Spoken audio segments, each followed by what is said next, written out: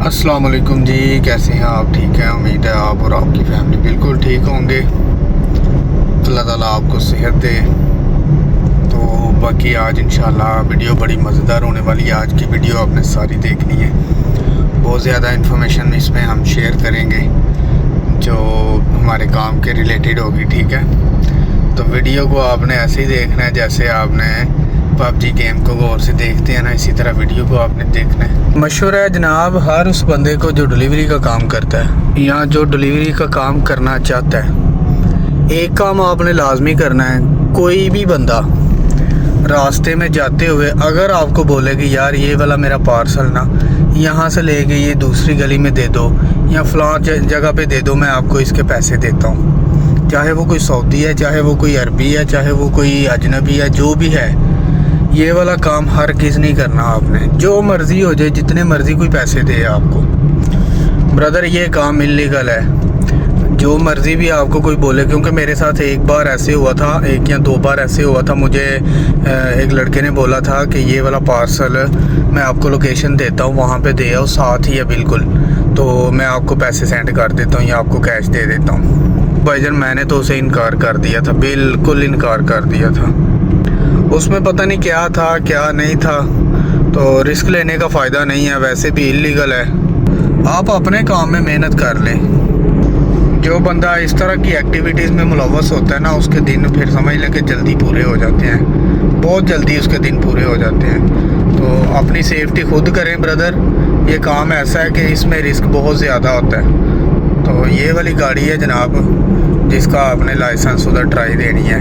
जो लोग कंपनी के वीज़े पे आते हैं ना, शाइक शाना सगीर, ये वाली गाड़ी है, इसका आपने उधर देना है, ट्राई इसकी देनी है। कोई इतना मुश्किल नहीं है, बड़ा इजी वर्क है ये वाला जनाब जो नज़र आ रहा है ना आपको एरिया, ये टोटली स्पोर्ट सिटी है। इसका नाम ही स्पोर्ट सिटी रखा हुआ है, मतलब ये सारी जगह स्पोर्ट सिटी में ही आती है।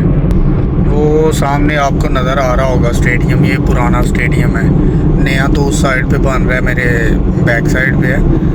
तो ये पुराना स्टेडियम है यहाँ का। इसके अलावा इधर ये भी है, ये भी फुटबॉल, ये फुटबॉल से बड़ा ही प्यार करते हैं। आपको पता ही है, जो सऊदिया रहते हैं ना, आपको पता है सऊदी फुटबॉल से बहुत ज़्यादा प्यार करते हैं। वो आपको नज़र आ रहा होगा, वो नया बन रहा है, ठीक है। और ये वाला जो है, ये पुराना स्टेडियम है। ये तकरीबन कोई समझ लें कि 8 से 10 किलोमीटर का जो एरिया है ना, ये सारा स्पोर्ट्स एरिया है। हाँ जी जनाब, तो ऑर्डर लिया मैंने यहाँ से, पांडा से।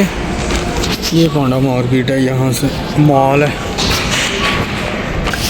अच्छा, जो लोग पाकिस्तान से डायरेक्ट कंपनी में आते हैं ना, कंपनी में आते हैं और जो यहाँ पे तनाज़ुल लेते हैं, उनमें फ़र्क क्या है वो मैं फ़र्क आपको बताता हूँ।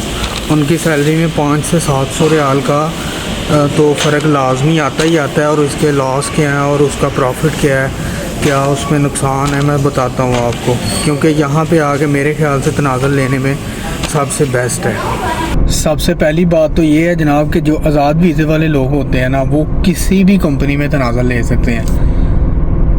आज़ाद वीज़ा एक भाई पूछे थे कितने का आता है। आज़ाद वीज़ा अगर आपने साए ख़ास का, अमल मंजली का, इस तरह का लेना है, तो वो तो ब्रदर आपको मिल जाएगा यहाँ से 8,000 रियाल तक आपको मिल जाएगा, ठीक है, जिसमें आपका 1 साल का इकामा भी होगा। खैर उसका इकामा इतना महंगा तो नहीं होता, लेकिन फिर भी 1 साल का उसमें इकामा होता है। पाकिस्तान के एक्सपेंस आपके खुद के होते हैं, ठीक है। यहाँ पे आने के बाद आप चाहते हैं कि यार मैं तनाज़ुल ही ले लूँ, मेरा कोई सर्किट चल नहीं रहा बाहर ना, तो अगर आप तनाज़ुल लेंगे ना किसी लॉजिस्टिक कंपनी में, मतलब ये डिलीवरी वाली जो कंपनियाँ होती हैं, इनमें अगर आप तनाज़ुल लेंगे तो सरकार ये होगा कि तनाज़ुल के आपके 2,000 रियाल लगेंगे। हो सकता है कि कंपनी बोले कि 1,000 रियाल मैं दे देता हूँ, 1,000 आप कर लें और आपका तनाज़ुल हो जाएगा। ओके हो गया। उसमें यह है कि जब आप साए ख़ास पे आएंगे, थोड़ी मेहनत करेंगे, तो आपका लाइसेंस आप बनवाएंगे ना, तो कंपनी आपको बेनिफिट ये भी देगी। जहाँ पे पाकिस्तान से कंपनी में डायरेक्ट बंदे आते हैं ना, उनको सैलरी मिलती है 1,800 2,000 इतनी सैलरी मिलती है। यहाँ पे जब तनाज़ुल लेंगे तो उसमें फ़ायदा ये होगा कि आपकी सैलरी जो है ना, वो कम अज़ कम 2,500 रियाल सैलरी लगेगी, ठीक है। देखें 2000 सैलरी जब पाकिस्तान डायरेक्ट बंदा कंपनी में आता है 2000 1800। आप कमेंट पढ़े ना तो सब लोग यही बोल रहे हैं कि 2000 1800 2000 1800। तो जब बंदा यहाँ पे मौजूद होगा, तनाज़ुल लेगा, 2500 सैलरी होगी। ये मेरे भाई कौन सा एक दिन का काम है या एक मंथ का काम है कि एक मंथ काम करना है तो चलो कोई नहीं 1800 2000 भी मिल जाएगा तो खैर है। रेगुलरली आपने जब ये वाला काम करना है तो 2500 रियाल सैलरी मिलती है। 500 रियाल का तो ब्रदर यहाँ पे फ़र्क आ गया ना। तो इसके बाद ये बड़े फ़ायदे हैं। उसके बाद जो फ़ायदे हैं वो ये हैं कि जनाब आप नहीं, आपकी समझ में आ रही कंपनी, आप चाहते हैं मैं किसी और जगह पे तनाज़ुल ले लूँ, यार मेरी समझ में ये काम नहीं आ रहा, आप इजीली तनाज़ुल भी ले सकते हो भाई। आप वो कैसे ले सकते हैं? जो बंदा आता है डायरेक्ट पाकिस्तान से आता है कंपनी में, वो तनाज़ुल नहीं ले सकता। वो कहते हैं जी हमारी मर्ज़ी से ही तनाज़ुल लेना है, तो हम अगर चाहेंगे तो तनाज़ुल देंगे, अगर चाहेंगे तो नहीं देंगे। लेकिन जो आज़ाद बंदा होता है और कंपनी में तनाज़ुल ले लेता है, उसको जनाब बड़े फ़ायदे हैं। वो बोलते हैं यार मैं तनाज़ुल लेना, मुझे तनाज़ुल दे दो। वो ठीक है, अगर वो नहीं देता आप केस कर सकते हैं, आपका इजी तनाज़ुल हो जाता है। तो ये सिचुएशन है ब्रदर। इसमें और भी बड़े फ़ायदे और नुकसान हैं, मैं इंशाल्लाह आपको क्लियर करता हूँ इस वीडियो में। जो बंदे कहते हैं ना कि इतने का वीज़ा मिल रहा है, इतने का वीज़ा मिल रहा है, वो इंशाल्लाह क्लियर करते हैं। 2500 सैलरी होगी ना जनाब को, फिर काम करने का भी मज़ा आएगा। जनाब को इस तरह काम करने का मज़ा आएगा कि जनाब जब 450 ऑर्डर पे 2500 रियाल मिलेगा, दिल लगा के काम करेंगे, 550 ऑर्डर करेंगे, 15 घंटे ड्यूटी करके जब 550 ऑर्डर करेंगे तो 3500 रियाल मिलेगा।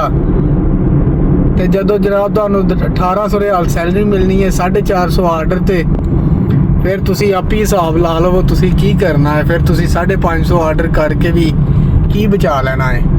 तुसी आप ही ज़रा थोड़ा जिहा सोच लो इस बारे दे विच। बाकी तो जनाब की मर्ज़ी है ना कि वीज़ा आज़ाद पे आना है या कंपनी के वीज़े पे आना है। मुझे जो बेहतर लगा फ़ैसला मैंने आपको वो बताया है कि भाईजान ऐसे करते हैं, आपको कंपनी के वीज़े पे ये पैसे मिलेंगे, आज़ाद वीज़े पे आके तनाज़ुल लेके ये पैसे मिलेंगे, इतने रियाल मिलेंगे।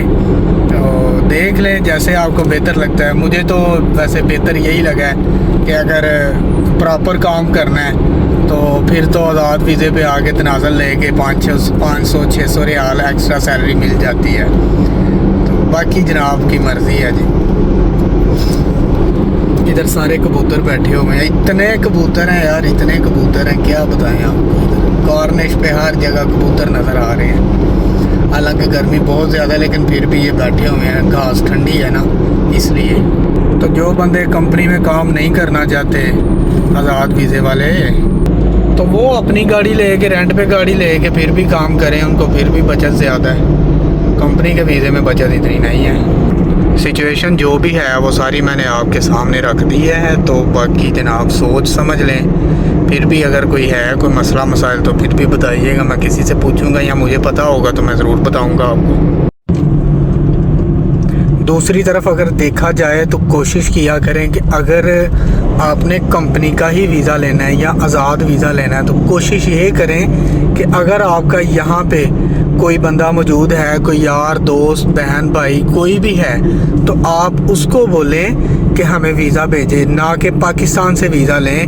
वो वहाँ पे बड़े सुहाने ख्वाब दिखाते हैं, क्योंकि यहाँ से जो बंदा वीज़ा लेगा वो बंदा एक तो कफ़ील भी अच्छा ढूंढ के देगा, दूसरा कंपनी में अगर लेना है तो कंपनी भी अच्छी ढूंढ के देगा। ठीक है, वहाँ से आपको बिल्कुल भी पता नहीं चलना कौन अच्छा है कौन बुरा है, बस वीज़ा लेना है और यहाँ आ जाना है।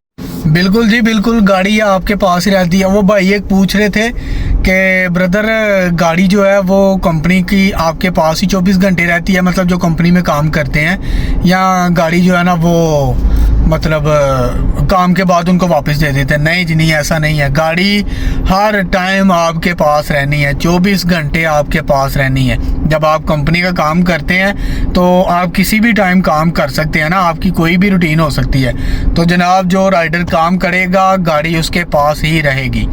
तो ये आपकी ज़िम्मेदारी है इसको वॉश करवाना, इसकी मेंटेनेंस करवाना, इसका ऑयल चेंज करवाना, मतलब वो सारा कुछ होता तो कंपनी का ही है, लेकिन टाइम से सारा कुछ इसका मैनेज करना राइडर की ज़िम्मेदारी है।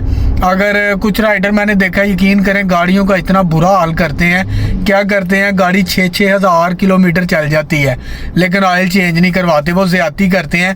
हालांकि एक चीज़ है, उसको डेली बेस पे यूज़ करना है, तो मकसद है कि उसे मेंटेनेंस उसकी अच्छे तरीके से मेंटेन रखी जाए।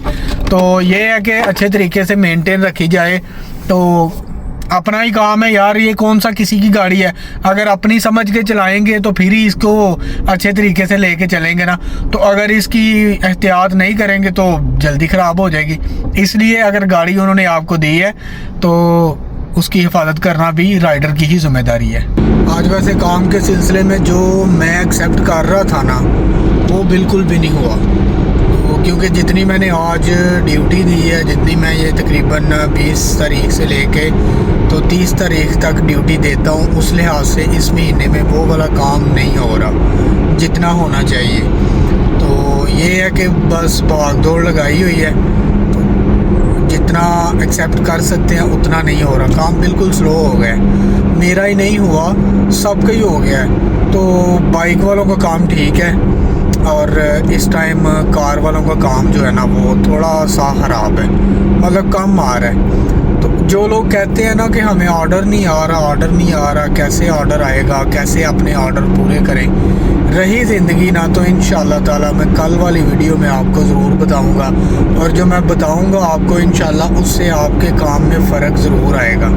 चाहे 2 या 3 ऑर्डर से आए, चाहे 5 ऑर्डर का फ़र्क आए, आपके ऑर्डर्स में फ़र्क ज़रूर आएगा, इतना मैं अंदाज़े से अपने से कह सकता हूँ।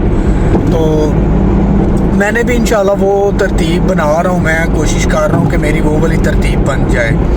तो मैं तरतीब लगाऊंगा इंशाल्लाह, आप लोगों को भी बताऊंगा, आप भी उसके मुताबिक चलें, हो सकता है आपके काम में भी फ़र्क आ सके।